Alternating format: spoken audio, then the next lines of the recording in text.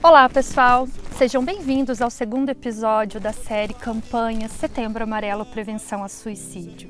Hoje queremos falar sobre o melhor antídoto, a melhor vacina, a melhor forma de ajudar, que é o amor e o acolhimento. Quando falamos sobre um processo de adoecer, de acolher uma pessoa que está em ideação suicida, trazendo desesperança, trazendo desespero, é importante que a gente primeiro consiga compreender o que é esse fenômeno. No próximo vídeo eu falarei especificamente sobre a depressão, mas hoje eu quero trazer um pouco sobre a explicação do que é o suicídio. Pessoal, então compreendendo o que é o suicídio, nada mais é do que uma forma de comunicação. A pessoa que entra nesse processo de sofrimento e de morrer, ela está tentando nos dizer que sozinha ela não consegue lidar com a sua dor. Há uma literatura que traz uma profissional incrível, a Karina, que podemos deixar aqui na descrição para que vocês possam também acompanhar os conteúdos dela, que ela nos retrata de uma forma muito simples, mas nada menos do que perfeita sobre a ideação. A ideação suicida, sendo um ato definitivo para um problema temporário. Viver é uma efemeridade, viver é um sertão que se alteia e abaixa. Quem aqui, vendo esse vídeo, nunca imaginou ou nunca teve a morte como solução para os problemas? Sim, há momentos na nossa vida que se sentimos desesperados, desamparados, mas para que possamos compreender, acolher e ajudar as pessoas ao nosso redor e os especiais, entenda, o suicídio não é querer morrer, é sim querer desaparecer, de uma forma objetiva. Aqui está a vida, aqui está a dor. A pessoa que tem esse processo de morrer, ela quer acabar com a sua dor de uma forma instantânea, porque está tão desesperado, está tão forte, está tão intenso aquilo que ela não dá conta mais de lidar. E esse processo dos 4 Ds que tem no processo de morrer pela ideação suicida, ele é tido como a desesperança, o desamparo, pode ou não ter a depressão e o desespero. E o que é a desesperança? É a tirada da esperança, é a tirada da fé, é a tirada da realidade de que a pessoa vai ter uma solução para aqueles problemas. Então a pessoa, quando ela entra nessa ideação suicida, quando ela está acometida dessa doença, ela tem sintomas como desespero, pessimismo, anedonia, tristeza, uma sensação de que a vida ficou em preto e branco. A gente pode sim associar isso com a presença do transtorno depressivo, mas não está interligado obrigatoriamente. O suicídio, ele não tem uma causa aparente, ele não tem uma causa única, ele não é formado por isso ou por aquilo.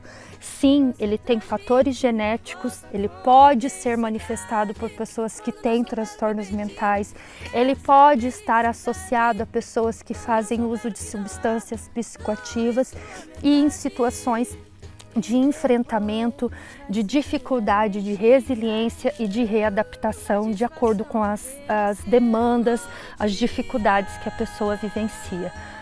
Não é algo que escolhe gênero, não é algo que escolhe classe social, então todos estamos sujeitos a passar pelo processo de um adoecimento e julgar não ajuda.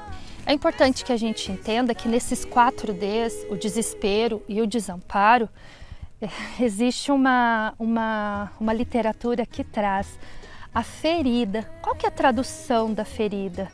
É a ida e a fé ter ido. Então aqui eu não entro em aspectos religiosos, pessoal, mas a tradução da palavra fé é a capacidade de ver dias melhores, é a capacidade de ver que eu posso, eu consigo, eu tenho condição de resolver e elaborar as demandas da minha vida.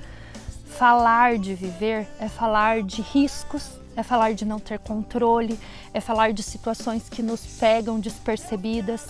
E muitas vezes nesse processo do viver comparado com a régua do outro, numa rede social ou num processo de ver que a vida do outro parece melhor, mais feliz, não tem sido dado validação para as dores do ser humano. É como se o ser humano estivesse se robotizando de uma forma que ele não cria nenhum processo de permissão para estar bem. Então, compreender esse processo da desesperança, do desespero, do desamparo e da depressão é ter condição de entender que sim, eu não enxergo, mas existe.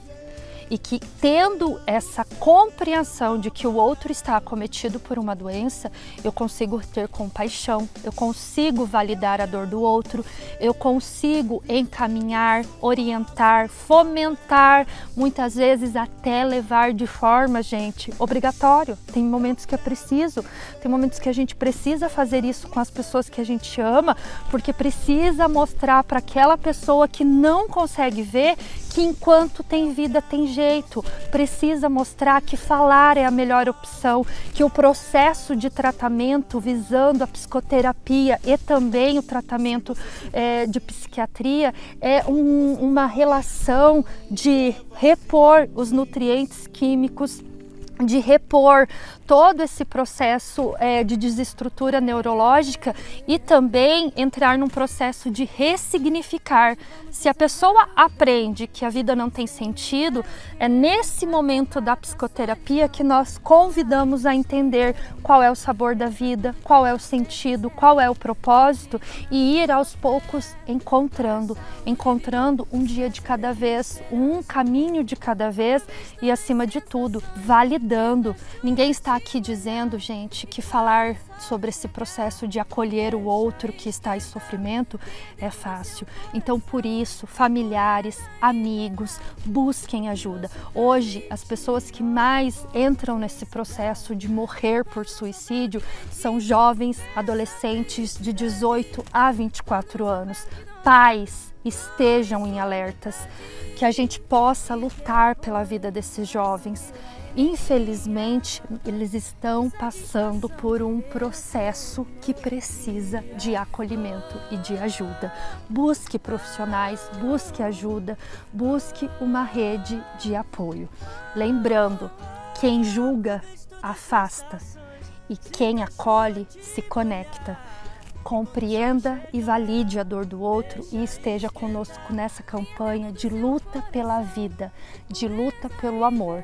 Que a gente possa fazer da nossa voz, através dessa mídia, uma voz de quem leva esperança de dias melhores e que a gente possa sempre lutar pelo propósito do viver.